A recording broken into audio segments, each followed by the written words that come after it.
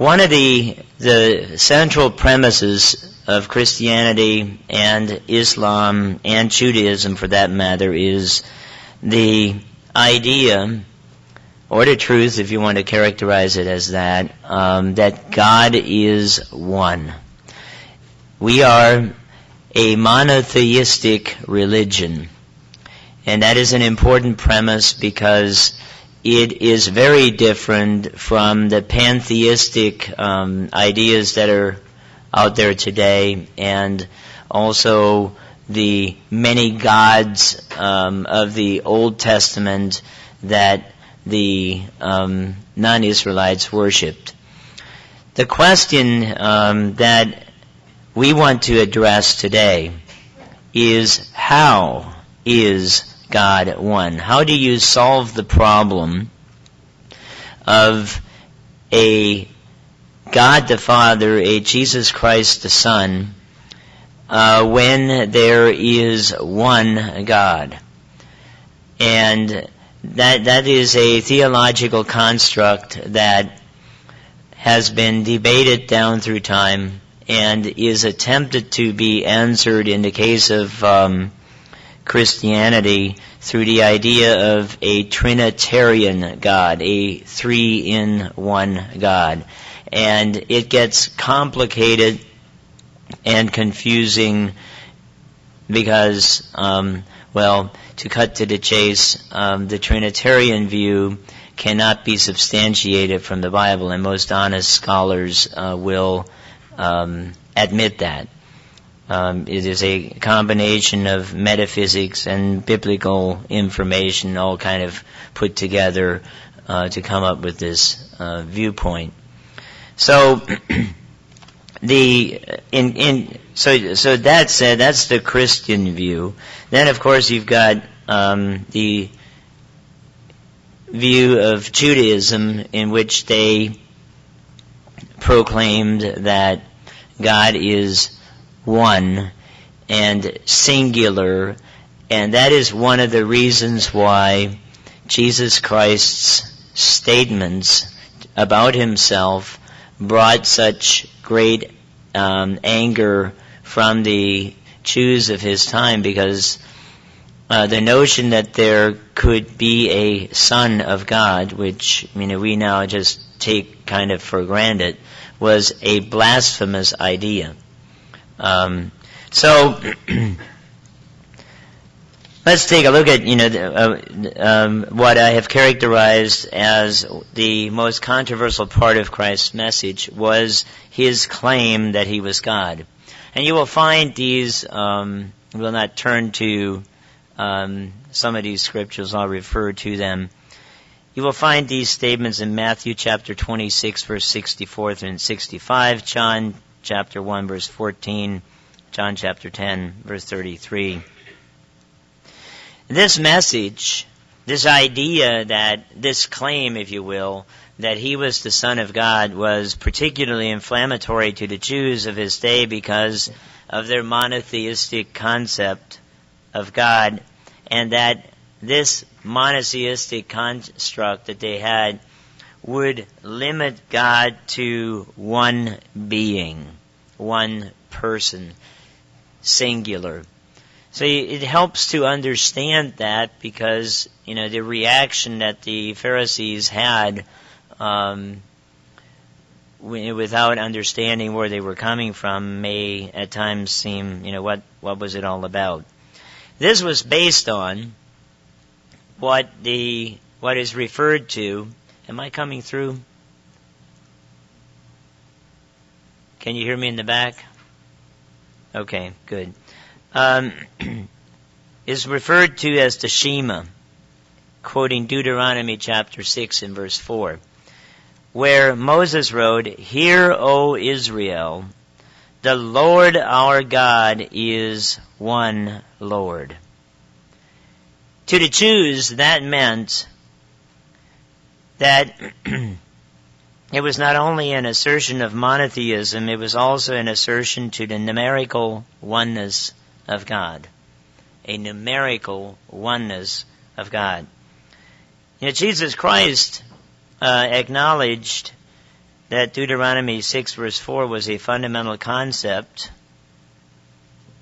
while at the same time claiming that he was the Son of God sent forth from the Father. So, you see this problem beginning to come together. How can God be one? And how can then there be a Father that Jesus Christ came to reveal, and a Son who is, as we studied in the other Bible studies, who is also God, as referred to by the Apostle John in John chapter 1. How does this all work? And there are a lot of scriptures that bear this out, but one that I want to draw our attention to for a moment is found over in John chapter 8, verse 58, where Jesus said, "Verily, verily, I say unto you, before Abraham was, I am." So he identified himself with the God of the Old Testament. He identified himself as the God of the Old Testament, which he was. And of course, this incensed the religious leaders of his day because they considered it a blasphemous statement. And I think we can understand that if we look at where they were coming from. So you have the passage in John chapter 1, and I'm just doing a little bit of a review here because I know we've gone through this in the previous studies. You have this statement in John chapter 1 that the Word was made flesh and dwelled among us, in John chapter 1 verse 14.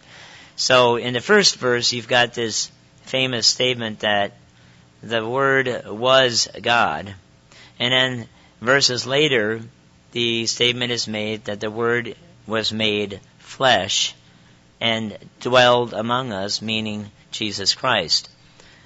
So the idea of God being more than one person, of God dwelling among them in flesh, was a radical concept that was unacceptable to the Jews,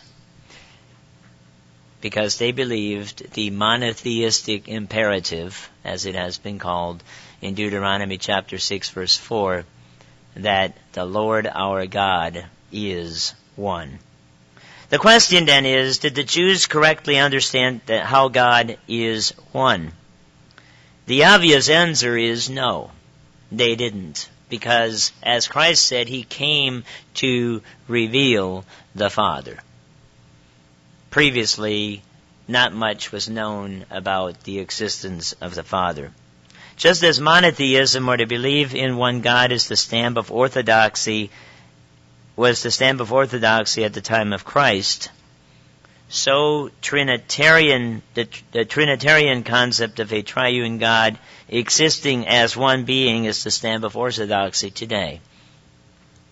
I mean, one of the things that differentiates the Church of God from mainstream Christianity is this exact point.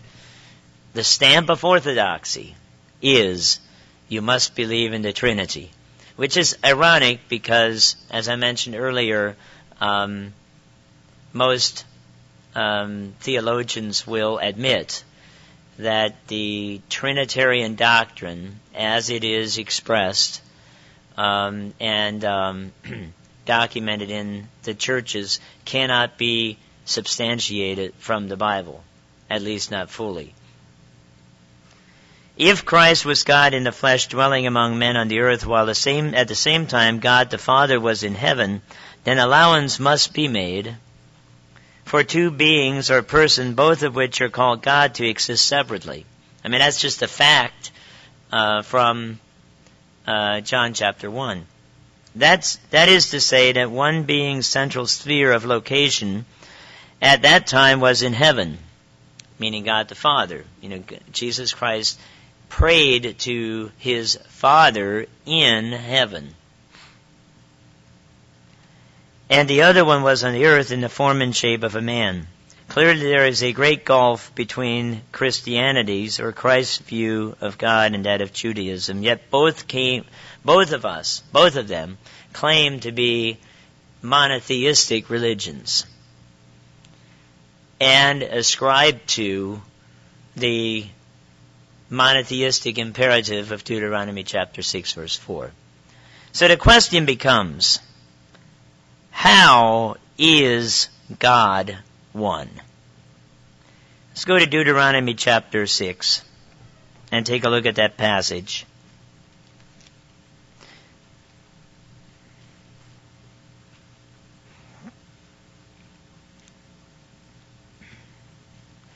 Deuteronomy chapter 6, in verse 4, states this: Hear, O Israel, the Lord our God, the Lord is one. So there you have it. I mean, it is plainly stated. And then, of course, that connects with the following verses. You shall love the Lord your God with all your heart, with all your soul, and with all your might. And these words which I command you today shall be in your heart. You shall teach them diligently to your children, and shall talk of them when you sit in your house, when you walk by the way, when you lie down, and when you rise up. This says a lot about education, doesn't it? And how knowledge is in fact transmitted effectively. But it flows from this monotheistic imperative that the Lord our God is one. This became the watchword of faith for Israel. It remains the watchword of faith in Judaism to this day. It was not a prayer, but rather a confession of faith. So the question here is, what does this particular phrase, is one, mean? And I will share with you a study that I did when this was an issue in the church. And this paper was actually written as a rebuttal. But, I mean, sometimes approaching a question like this can be done in a very simple manner. That's how I tend to approach things. You know, simple minds require simple solutions. So what I did is I thought, I wonder if you would look at the usage of is one in the Old Testament, what would you find? And we'll go through that and see. Now I used the Old King James Version of the Bible at the time, and then worked backwards to the Hebrew. What you will find if you do a search for the phrase is one in the King James translation of the Bible is you will find that in the Old Testament it was used 13 times. So I thought if I would take that and look at the context of these 13 different usages to see whether or not this is used as singularity of purpose or singularity of being, it would shed some light on the usage of this word in different contexts. And the ends are actually, I found to be surprising. The first occurrence of this phrase is found over in Genesis chapter 11, verse 6. In Genesis chapter 11, verse 6,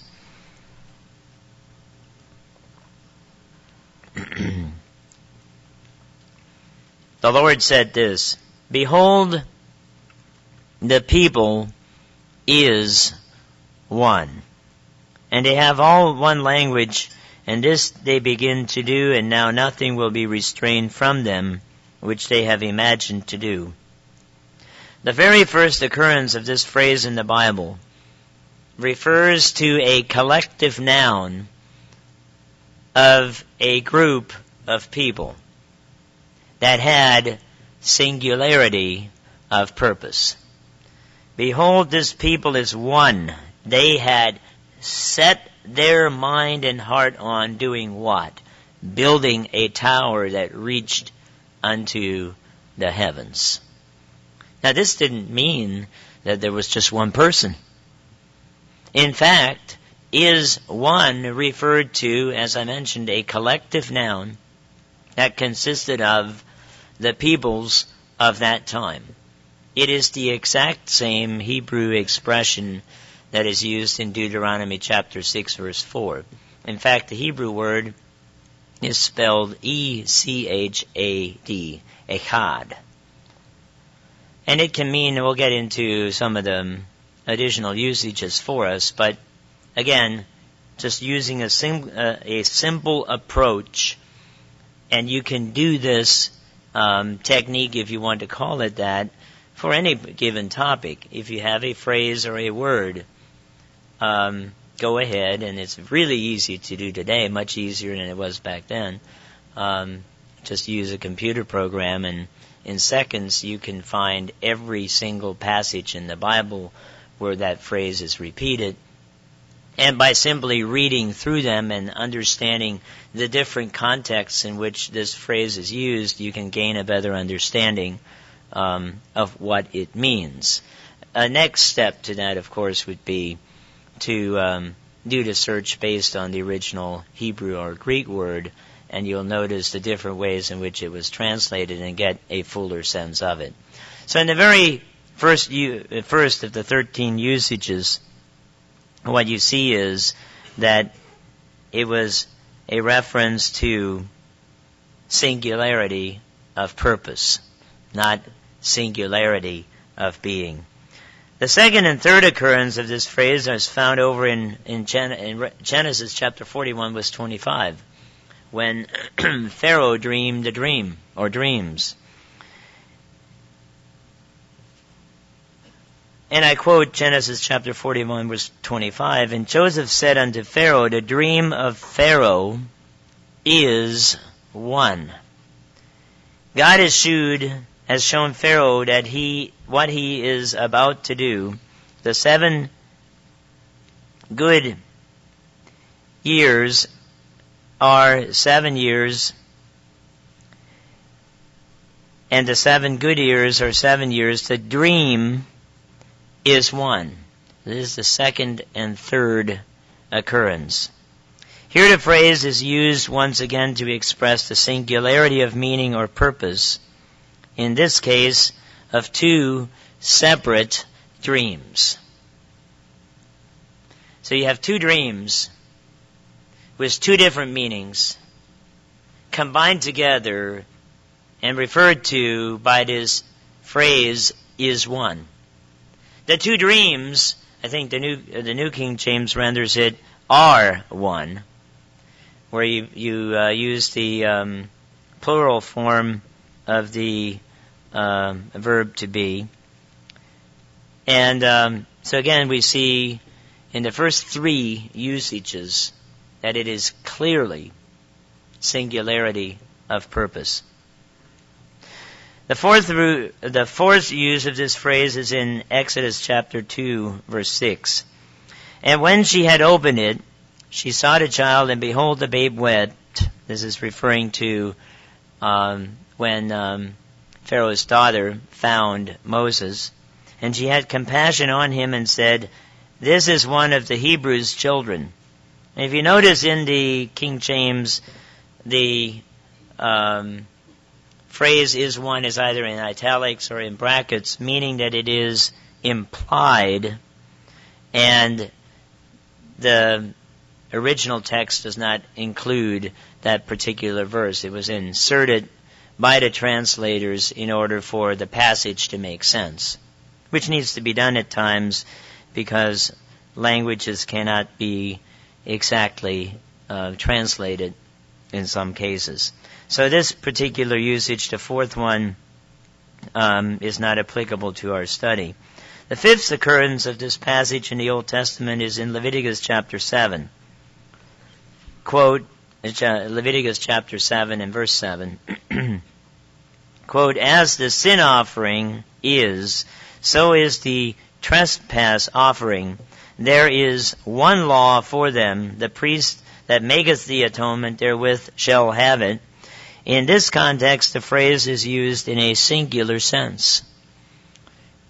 It is a singular law, although it could be argued that this law, again, is a collective noun comprised of individual tenets.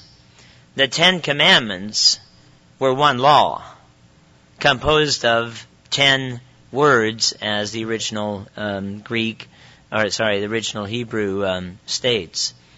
So while this is one of those usages in which you could make a case for both singularity of purpose and singularity of being, that is, one law. The sixth occurrence of the phrase is what is termed by some religionists as the monotheistic imperative, and that is in Deuteronomy chapter 6, verse 4. So the question becomes, when we look now at having read the previous passages, and you look again at Hear, O Israel, the Lord our God is one, Lord, what does this begin to bear out? Based on the examples that we have seen in earlier usages. In the writings of Moses, and, that would, how Moses used the same phrase in other of his writings would be the closest to the source of meaning, wouldn't it? Because, we all have stylistic things that we do. If you write a letter and if I write a letter, we have our own, as linguists would put it, voice. You can hear that I wrote it. Or that someone else wrote it, because over time you develop what is called a voice.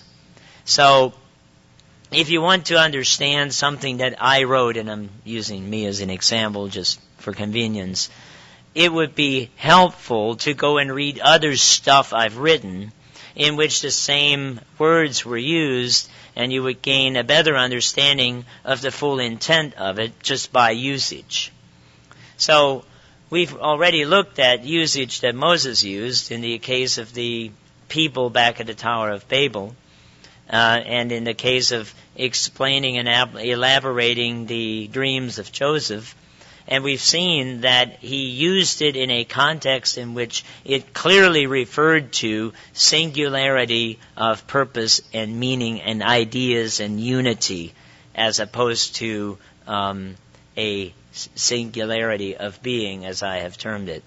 So I think you begin to see, based on this, in Deuteronomy chapter 6, verse 4, a richer and more expanded meaning of what God is saying here. And we'll get there, but just to jump to the conclusion, what God is saying here is not that God cannot consist of a father and a son. Rather, God can consist of multiple beings that are united in such a unique way that they represent singularity of purpose in its fullest sense. Jesus Christ, when he prayed, said, "My Father and I are one," didn't he? And he prayed that we would become one as you and my Father are one. I'm misquoting it, but I think you get the sense. The next time the phrase is used is in Judges. Okay, now Moses didn't write Judges. And the children of Israel repented them from Benjamin their brother, and said, "This is one tribe cut off from Israel. This is one tribe cut off from Israel today."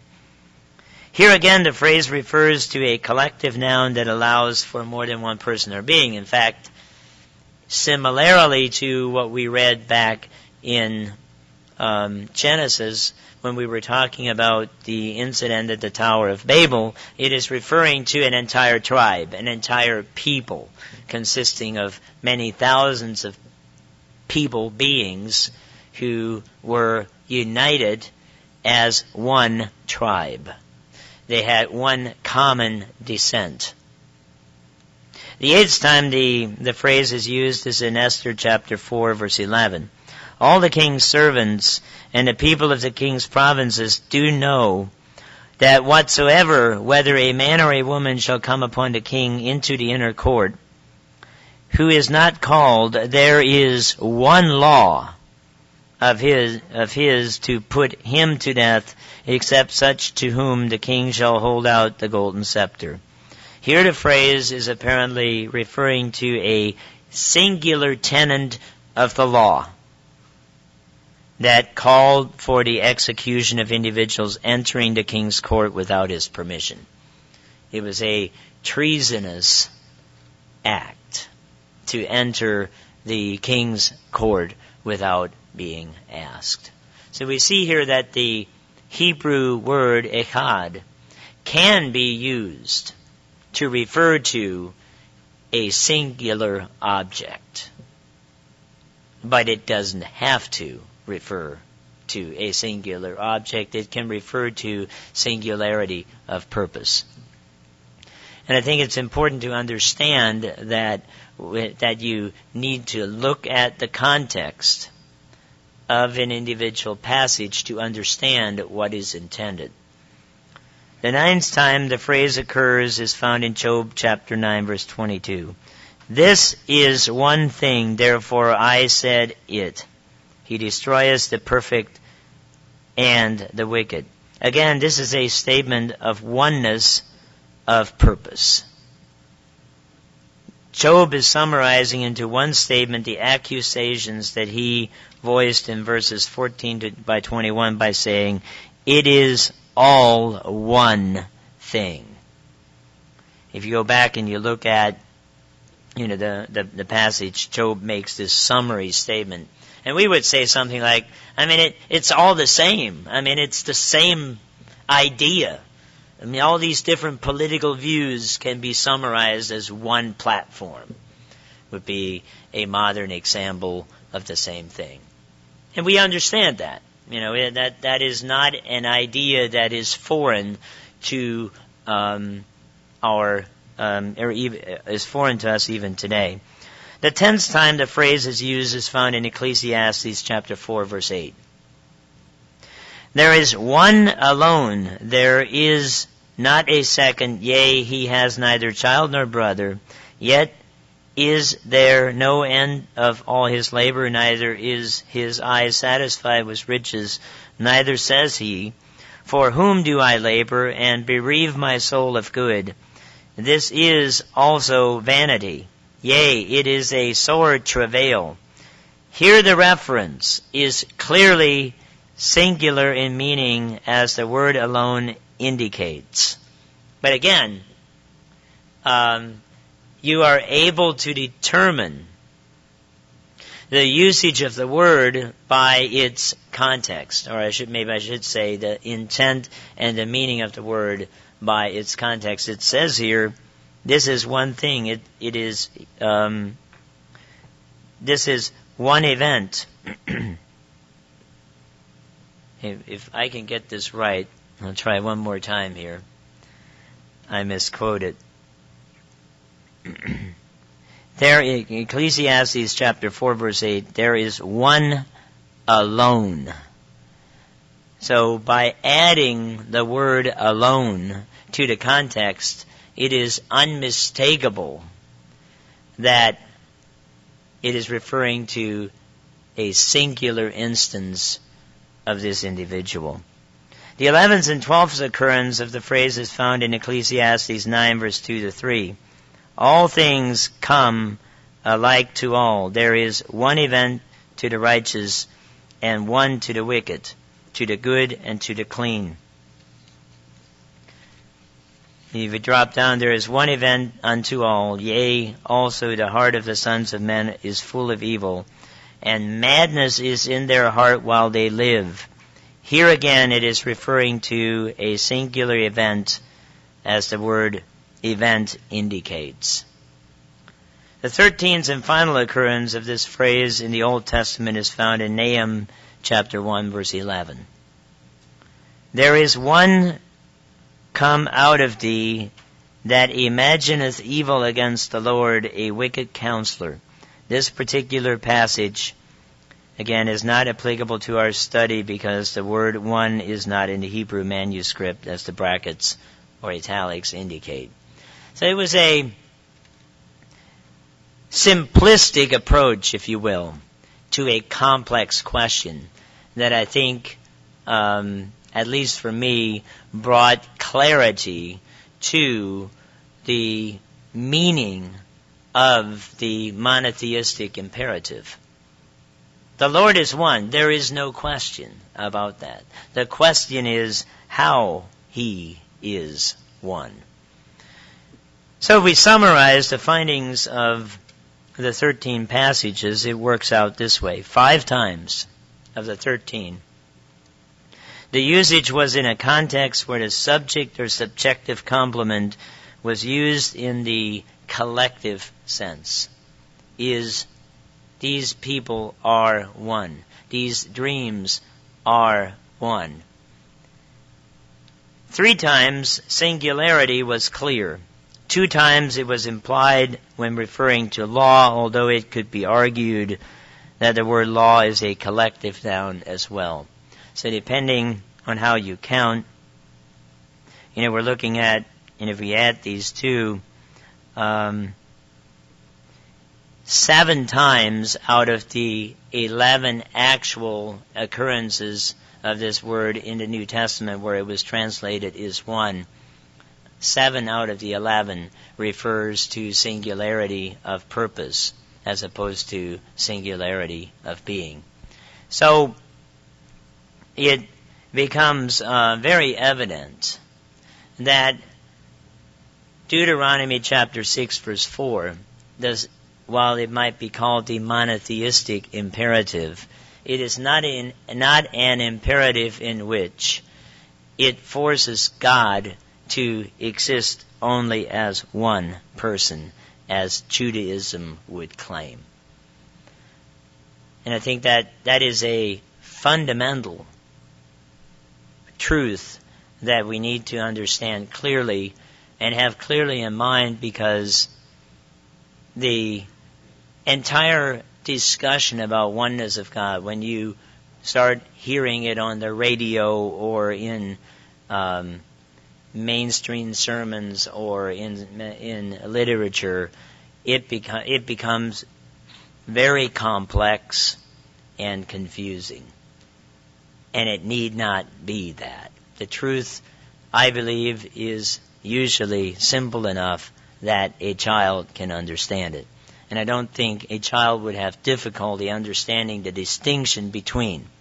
You go to a 3rd or a 4th grader, I think most kids would be able to understand what we just discussed this morning. So let's take a look at the word eshad in a broader sense.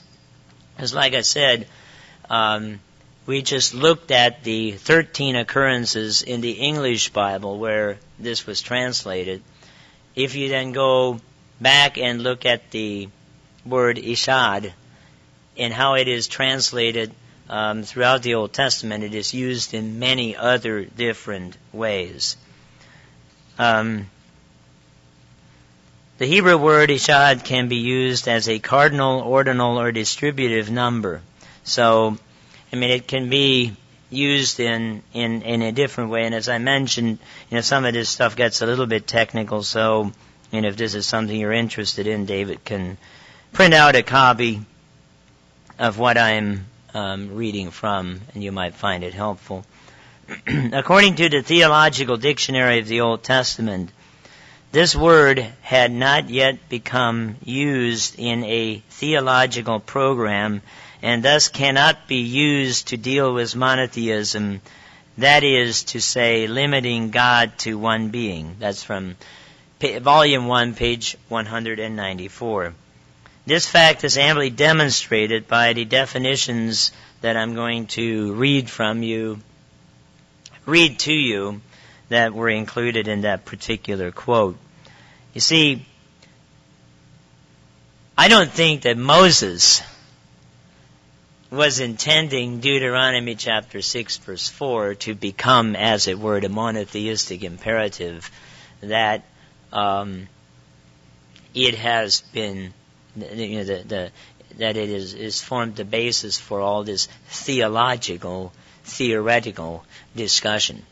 If you look at the context, it was a basis from which to argue that the law that had been given, that the God that had delivered them was to be, the knowledge of that was to be transmitted to the next generation and the generation after that by living according to the words that they had been given in such a powerful way that the example would be transmitted daily in discussions in the house, when you're walking by the way, when you sit down.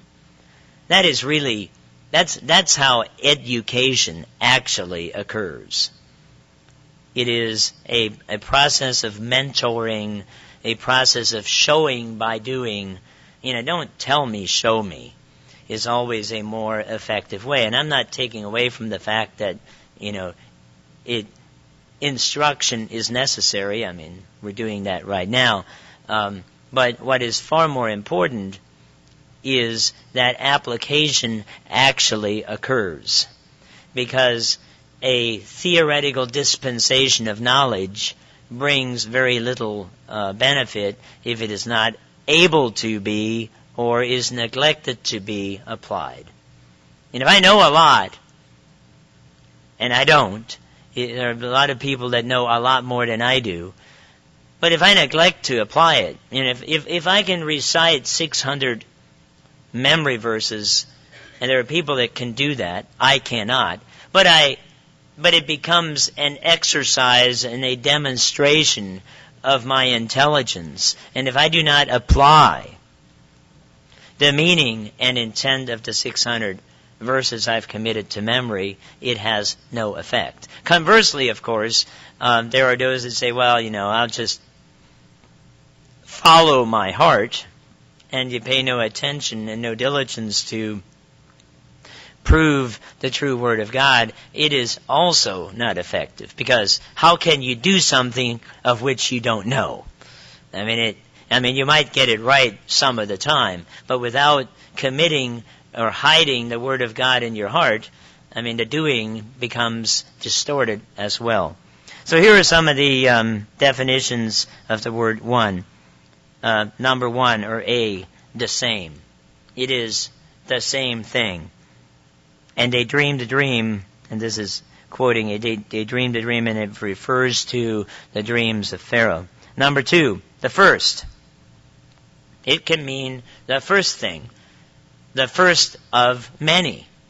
So, you could say that God, the Father, that Jesus Christ, He was the firstborn. Number three, as an indefinite article. And behold, there came a prophet. So that's a indefinite article. One prophet came, but it was indefinite. And that, I think, lends to the conclusion that we reached, because if it were a definite singular article, it would have the singularity of being that, is attributed to it by those that would espouse the notion that Deuteronomy 6 verse 4 means that God is one person.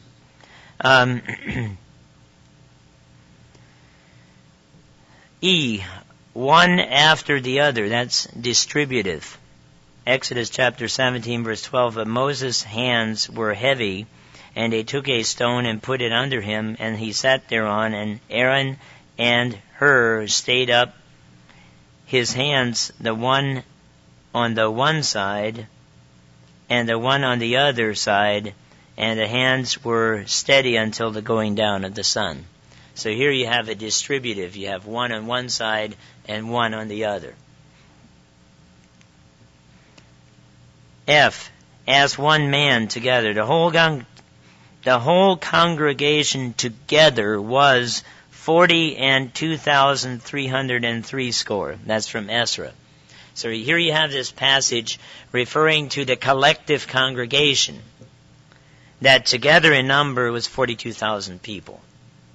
So, again, I mean, as we would teach, or I should say as the Bible teaches, that God is bringing many sons to glory that will embrace His composition and become part of His family, and become a multitude of beings that are going to be one with God, is not outside the meaning and definition of this particular word, as we see right here. That was Esther chapter 2, verse 64.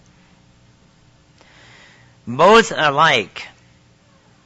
In the morning sow thy seed, and in the evening withhold not thine hand, for thou knowest not whether shall prosper either this one or that, or they both shall be alike. Echad.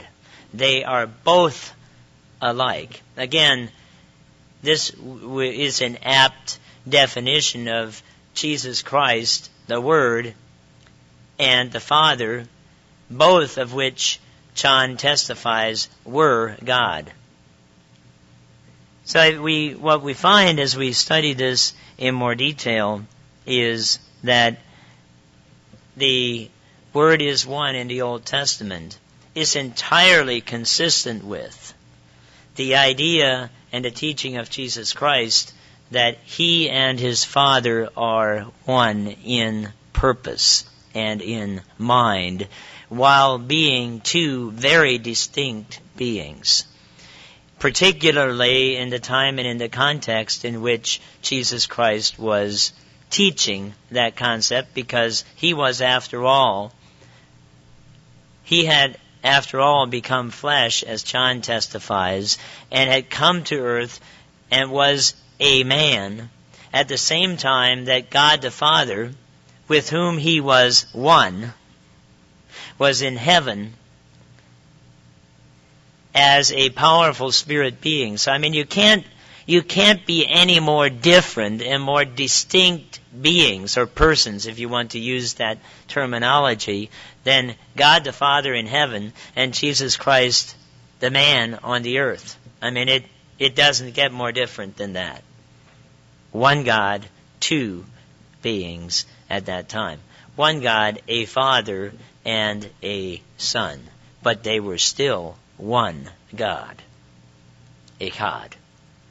I hope that has given you a good overview and augments what we have studied with respect to the fruits of the Holy Spirit, and also the Holy Spirit and its and what its composition is.